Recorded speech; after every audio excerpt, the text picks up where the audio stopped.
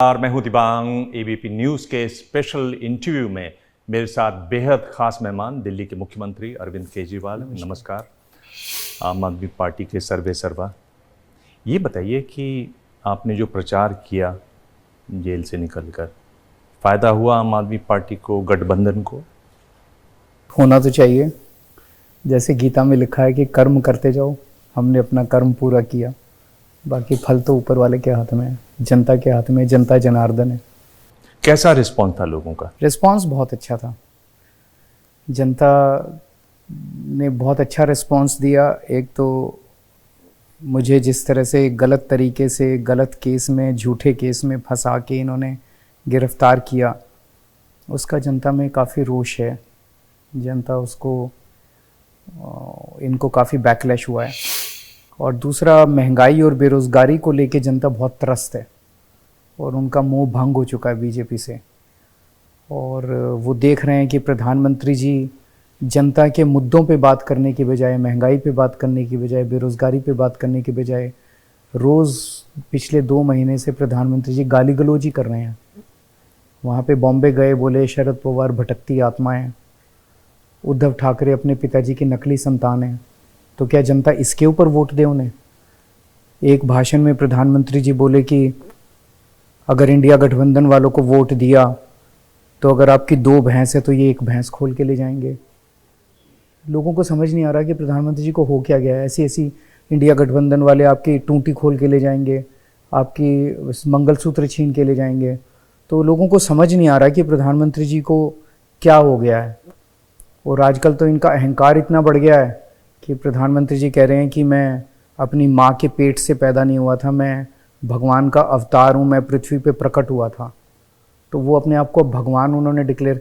2014 के चुनाव में कहते थे मैं प्रधान सेवक हूँ, 2019 के चुनाव में कहते थे मैं चौकीदार हूँ, अब वो कहने लग गए मैं भगवान का अवतार हूँ। इतना अहंकार बढ़ गया है। तो जनता को तो कुछ समझते ही नहीं।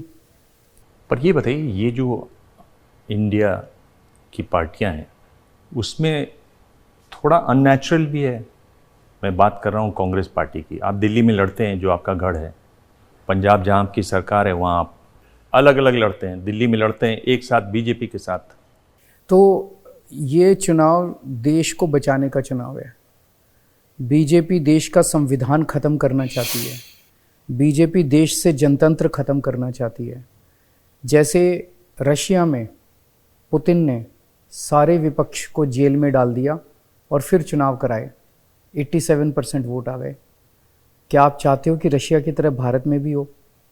बांग्लादेश में शेख हसीना ने सारे विपक्ष को जेल में डाल दिया और फिर चुनाव कराए और जीत गई। पाकिस्तान में इमरान खान को जेल में डाल दिया, उसकी पार्टी छीन ली, उसका सिंबल छीन लिया और फिर चुनाव कराए और वो जीत गए। इंडिया के अंदर भी वो होना चालू हो गया। इन्होंने शरद पवार जी की पार्टी के 2 टुकड़े कर दिए, उनकी पार्टी छीन ली, उनका सिंबल छीन लिया। शिवसेना के 2 टुकड़े कर दिए, उनकी पार्टी छीन ली, उनका सिंबल छीन लिया और फिर कहते हैं आओ चुनाव लड़ते हैं।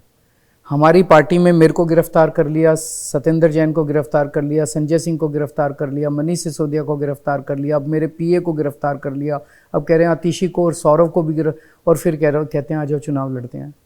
हेमंत सोरेन को गिरफ्तार कर लिया झारखंड में, कहते हैं आ जाओ। कांग्रेस पार्टी के उन्होंने बैंक अकाउंट फ्रीज कर दिए। क्या आप चाहते हैं हमारे देश के अंदर ये तानाशाही, ऐसी तानाशाही आए? कोई नहीं चाहता। तो हम सारी पार्टियां जो इकट्ठे हुए हैं वो केवल और केवल देश को बचाने के लिए, जनतंत्र को बचाने के लिए, संविधान को बचाने के लिए इकट्ठे हुए हैं। पर बीजेपी का कहना है कि वो जो गिरफ्तार कर रहे हैं वो करप्शन के मामलों में गिरफ्तार कर रहे हैं लोगों को। मेरा केस लेते हैं। मेरे केस में ये कह रहे हैं कि शराब घोटाला हुआ, शराब घोटाले में 100 करोड़ की रिश्वत ली। कहाँ है वो पैसा? इन्होंने 500 जगह रेड मारी, एक नई चवन्नी नहीं मिली, एक पैसा नहीं मिला कहीं भी। अगर 100 करोड़ लिए, कहीं खर्च किए होंगे, कहीं कैश पड़ा होगा, कहीं बैंक अकाउंट स्विस बैंक में होगा, कहीं कुछ, कहीं तो होगा वो पैसा, कहीं कुछ नहीं मिला। तो एक इंटरव्यू में भी थोड़े दिन पहले एक एंकर ने मोदी जी से पूछा, मोदी जी का इंटरव्यू कर रहा था, भाई केजरीवाल कह रहा है आपके पास ना सबूत है ना रिकवरी है, तो आपने उनको क्यों गिरफ्तार किया है? पता है मोदी जी ने क्या कहा?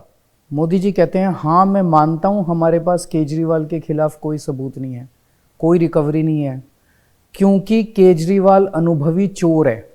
तो पूरे देश के सामने मोदी जी ने माना कि मेरे खिलाफ उनके पास इस पूरे मामले में कोई सबूत नहीं है, जबरदस्ती मेरे को फर्जी केस बना के गिरफ्तार किया हुआ है। वही तो वो कह रहे हैं कि आप बहुत अनुभवी हैं। मान ले तो इनकी सारे सीबीआई वाले निकम्मे हैं, इनके सारे ईडी वाले निकम्मे हैं। चलो मान लो मैं अनुभवी हूँ और इनके पास कोई सबूत नहीं, तो ऐसे थोड़ी पकड़ सकते हैं किसी को। बस मोदी जी को सपने में आया कि केजरीवाल चोर है तो पकड़ लूंगा मैं। कानून कुछ होता है कि नहीं होता है, सबूत कुछ होता है। ना इनके पास सबूत है, ना इनके पास रिकवरी है, 54 की रिकवरी नहीं है। बस केजरीवाल को जेल में डालना है, डाल दिया केजरीवाल को जेल में। जब देश का प्रधानमंत्री टीवी चैनल पे पूरे देश के सामने कह रहा है कि मेरे पास केजरीवाल के खिलाफ कुछ नहीं है, तो ये दिखाता है कि ये केवल राजनीतिक द्वेष और तानाशाही के तहत गिरफ्तार किया गया। इस पर वो कह रहे हैं अभी जांच चल रही है। हाँ, जांच चल रही है ना, चल रही है। अभी मेरे जांच खिलाफ चल रही है। अभी मेरे खिलाफ कुछ साबित तो नहीं हुआ ना। नहीं, साबित तो नहीं हुआ अभी, वो तो कोर्ट में होगा। तो कोर्ट में होगा। मेरे को गिरफ्तार फिर कैसे कर लिया? जांच चलते चलते गिरफ्तार करने का कौन सा प्रावधान है? अभी तक हमारे देश के अंदर सिस्टम था, एफआईआर होती थी, जांच होती थी, मुकदमा चलता था, जज कहता था ये दोषी है, ये निर्दोष है, और फिर दोषी जेल जाता था। अब मोदी जी कह रहे हैं जांच चल रही है, मैंने अभी गिरफ्तार कर लिया सबको। पर अरविंद जी, इसमें तो आप जानते हैं कि जो पीएमएलए कानून है, गलत सुप्रीम है। कोर्ट ने भी खुद कहा कि इसमें जो सप्लीमेंट्री चार्जशीट दायर होती है, लोगों को गिरफ्तार होता है, इस पर सोचना चाहिए, है ना। गृह मंत्री जी से मैंने इंटरव्यू किया, उन्होंने कहा कि सोचना चाहिए, पर उन्होंने ये कहा कि भ्रष्टाचार के खिलाफ कानून में कोई डाइल्यूशन नहीं होना चाहिए। ये कानून भ्रष्टाचार के खिलाफ नहीं है, ये कानून विपक्ष के खिलाफ है। ये कानून उन लोगों के खिलाफ है जो लोग मोदी जी के खिलाफ बोलने की जरूरत करते हैं। ये कानून उन बिजनेसमैन के खिलाफ है जो मोदी जी को डोनेशन देने से मना कर देते हैं। ये कानून केवल और केवल लोगों को चुप कराने का कानून है। ऐसा कैसे कानून है? एफआईआर होगी और सारे जेल के अंदर, उसके बाद जांच होगी, उसके बाद मुकदमा चलेगा, मुकदमे में निर्दोष हो गए तब जेल से बाहर आओगे। ये तो कानून पूरी दुनिया में नहीं है। तो आपकी सरकार आएगी तो आप ये कानून बदलेंगे? बिल्कुल बदलेंगे, सारा कानून भी बदलेंगे, सिस्टम को चेंज करेंगे। मैंने गृह मंत्री अमित शाह जी का इंटरव्यू किया और उन्होंने आपके बारे में बताया, वो मैं आपको पढ़ के सुना देता हूँ शब्द शब्द, ताकि इधर उधर ना हो, कि आप कट्टर ईमानदारी की बात करते हैं, लेकिन अरेस्ट के बाद आपने इस्तीफे का मॉरल ताकत नहीं है, क्योंकि आपको लगता है कि इस्तीफा दूंगा तो पार्टी बिखर जाएगी। आज तक भारत के इतिहास में ऐसा कभी नहीं हुआ। हमारे संविधान में भी इसकी व्यवस्था नहीं है, क्योंकि संविधान निर्माताओं को ऐसी निर्लज्जता की कल्पना ही नहीं थी कि कोई अरेस्ट होगा और इस्तीफा नहीं देगा। इनका पूरा प्लान ही यही था, इनका पूरा षड्यंत्र ही ये था कि केजरीवाल की सरकार गिरानी है और इसको इस्तीफा दिलवाना है। मोदी जी दिल्ली के अंदर आम आदमी पार्टी को नहीं हरा सकते। 3 चुनाव हो चुके, एक बार 67 सीट मिली, एक बार 62 सीट मिली, 55% से ज़्यादा वोट शेयर मिला। तो मोदी जी और अमित शाह जी ने मिलकर ये षड्यंत्र रचा, केजरीवाल को गिरफ्तार कर लो, वो इस्तीफा दे देगा, इनकी सरकार गिर जाएगी। मैंने इस्तीफा नहीं दिया, इनका पूरा प्लान फेल हो गया। मैं इस्तीफा नहीं दूंगा। मुझे नहीं पता आपको क्या हो गया, क्योंकि एक मुद्दा है जिस पे आप कुछ बोल ही नहीं रहे हैं। क्या हो गया? ये मुद्दा है स्वाति मालीवाल का। मैं पूछ रहा हूँ कि जो भी हुआ ये तो कोर्ट डिसाइड करेगा, सब जुडिस मामला है, आप ये कहते रहे, मान लिया। लेकिन अगर आपकी पार्टी की सांसद, महिला सांसद इस तरह की बातें करे, आपने कभी कोशिश नहीं की उनसे जाके कम से कम मिलें, पूछें क्या हुआ? नहीं, अब मामला सब जुडिस अगर हो गया है, अगर मामला सब जुडिस नहीं होता, बात करते, अब तो कहा जाएगा कि मैं विटनेस को या इसको इन्फ्लुएंस करने की कोशिश कर रहा हूँ। तो मैं, एक वर्जन स्वाति जी का है, एक वर्जन विभव का है, दोनों वर्जन पुलिस के सामने है, दोनों वर्जन कोर्ट के सामने है। कोर्ट इसमें मैं उम्मीद करता हूँ न्याय करेगा। अगर ये दोषी हैं इनको सज़ा मिले, ये दोषी हैं इनको सज़ा मिले। मेरा इस वक्त हस्तक्षेप करना ठीक नहीं है। आपको ये एहसास है कि इस बार आप जेल जाएंगे तो लंबे समय के लिए जाएंगे? पता नहीं ये कितने दिन भेजेंगे, जितने दिन भी भेजेंगे। केजरीवाल के हौसले बुलंद हैं, मुझे तोड़ नहीं सकते ये लोग, झुका नहीं सकते, चुप नहीं करा सकते। सारा देश जानता है कि ये शरीफ लोग हैं, ईमानदार लोग हैं, इनको तंग कर रहे हैं ये लोग, क्योंकि हमें हरा नहीं सकते। इंडिया गठबंधन के साथ है, आपको जीत की उम्मीद है, तो क्या आप राहुल गांधी को प्रधानमंत्री के रूप में स्वीकार करेंगे? जो भी पूरा गठबंधन बैठ के डिसाइड करेगा उसी को एक्सेप्ट किया जाएगा।